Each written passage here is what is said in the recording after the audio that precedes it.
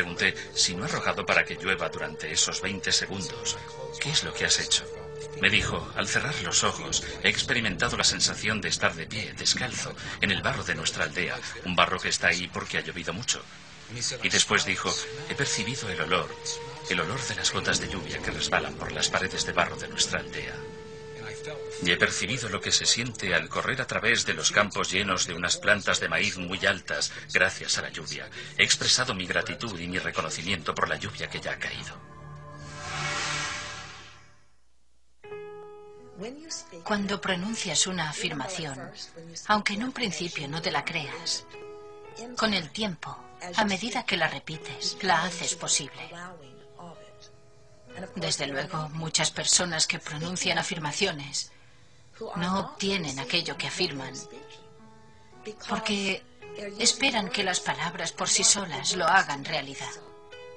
Pero el universo no responde a las palabras. El universo responde a tus vibraciones. Y tus emociones revelan cuáles son esas vibraciones. Las afirmaciones se amplifican cuando las realizamos mientras soñamos. Porque en esos momentos el ego duerme y la mente lógica descansa. Y por tanto es una gran oportunidad para programar nuestro futuro. La mente puede programarse mediante las afirmaciones positivas. Nuestros sueños sirven para resolver los conflictos entre la conciencia y el inconsciente, así como para regular nuestros estados de ánimo. Pero, ¿qué ocurre si te vas a dormir convencido de que todo está bien, de que estás a salvo? Todo se presentará en el momento justo, a su debido tiempo. Creo que estaría muy bien que todos decidierais también que la década en la que os encontráis será la mejor década de las que hayáis vivido hasta ahora. Si yo puedo, vosotros también. Nunca terminé el bachillerato. No había estudiado nada. Y de pronto me fascinó la idea de que podía cambiar mi manera de pensar. De modo que me puse a estudiar. Y ya no pude parar.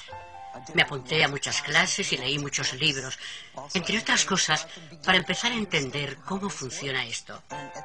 Al cabo de 3 años estaba en condiciones de que la Iglesia me autorizase para ejercer, lo que me dio la oportunidad de trabajar con otras personas a nivel individual. Creo que fue entonces cuando los cambios comenzaron de verdad. Porque empecé a enseñarles a otros cómo hacer esto y cómo modificar su forma de pensar para mejorar su vida. A la gente le daba buenos resultados trabajar conmigo. Después empecé a dar clases, que también fueron un éxito. Antes de que me diera cuenta estaba dirigiendo talleres de fin de semana para 350 personas. Comencé a fijarme en lo que la gente decía, en cómo lo decía y en sus problemas de salud. Y empecé a atar cabos. Entrené mi mente para escuchar con atención a las personas. Elaboré una lista de clientes para uso personal en orden alfabético, de modo que si a uno de ellos le surgía un problema, yo podía consultarla rápidamente y ver qué había escrito sobre él. Se la mostré a una compañera de clase y me dijo: «Oh, Luis, qué gran idea. ¿Por qué no conviertes esa lista en un libro?» «¿En serio?», le dije yo. «¿Un libro?». Así que escribí mi primer libro en 1976. Se titulaba Sana tu cuerpo y en él enumeraba los patrones mentales correspondientes a las dolencias físicas y explicaba cómo realizar cambios. Yo creía que los pesos pesados, como yo los llamo, no querrían publicarlo. Y si lo hacían, seguramente querrían introducir modificaciones, porque mis ideas en aquel entonces eran muy revolucionarias. Tu forma de pensar puede cambiar tu vida, y yo quería expresar este concepto a mi manera. No estaba dispuesta a cambiar una palabra, porque sabía lo que hacía. Así que publiqué el libro yo misma. Acudí a la imprenta de la iglesia, pues no se me ocurrió otra alternativa. Compuse un panfleto de 12 páginas. Recuerdo que se lo mostré a mi maestro y él dijo: "Oh, Luis, qué bonito. Has hecho algo estupendo. ¿De cuánto es la tirada? ¿De 200 ejemplares?" Y yo respondí: "No, de 5000". Y él saltó: "Estás loca, nunca conseguirás venderlos". Pero 2 años después ya se habían vendido los 5000. Les envié un ejemplar gratuito a todas las iglesias metafísicas de las que tenía noticia, junto con un formulario de pedido. Y muchas de ellas compraron libros. Esa fue mi primera pequeña obra. Leí su libro y pensé que eso no me serviría. Aún así me fui a casa decidida a intentarlo. En ese entonces estaba bajo tratamiento por fibromialgia y fatiga crónica. Trabajaba por cuenta propia. Mis niveles de energía estaban tan bajos que a duras penas trabajaba 20 horas a la semana. Cuidaba por completo a mis hijos y mis responsabilidades. Comencé a seguir el método de las afirmaciones. Mi organismo recobrará su estado natural de buena salud. Noté la diferencia al cabo de una semana. Repetía las frases constantemente y comencé a realizar los ejercicios con el espejo. Aunque no acababa de creérmelo y las palabras se me atragantaban, me miraba en el espejo y decía: "Te quiero un montón, Jackie. Eres perfecta tal y como eres". Vale. La cosa va bien. Tengo todo el poder. Nada puede detenerme. Me siento sana y al respirar el aire me resulta muy agradable. Acepto que formo parte del universo y obtengo exactamente lo que pido.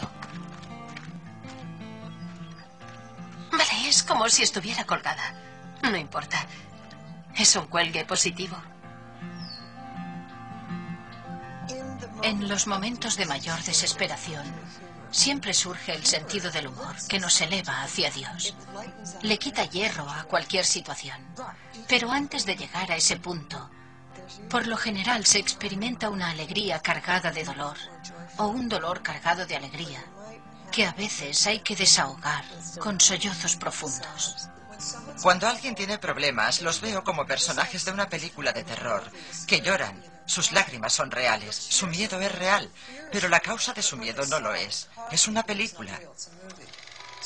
De modo que les propongo maneras de reenfocar la situación o de encontrar los aspectos positivos de un supuesto problema. A todos se nos presentan retos en la vida y no hay por qué avergonzarse. Lo que importa es cómo afronta uno los retos. Ahora que sé que cuando ocurren cosas que consideramos malas, en realidad son buenas, y que debemos centrarnos en los resultados positivos y aguantar hasta el final, yo también viviré esa experiencia. Para reestructurar la mente hay que pasar del miedo a la curiosidad, sustituir una palabra por la otra. Muchos de nosotros, cuando empezamos a hacer esas cosas para enaltecer nuestra alma o expresar nuestra creatividad, son actos que nos hacen vulnerables. Nos hacemos propósitos en la vida basándonos en lo que tiene una importancia profunda para nuestra alma y por tanto son metas vulnerables. A menudo acudimos a personas que las aplastan sin más o que nos dicen que no funcionará, que es una afirmación o un propósito absurdos. Eso es pedir peras al olmo. Lo que hay que hacer es acudir a las personas que de verdad nos apoyarán durante el viaje y nos dirán: "Estoy aquí, a tu lado".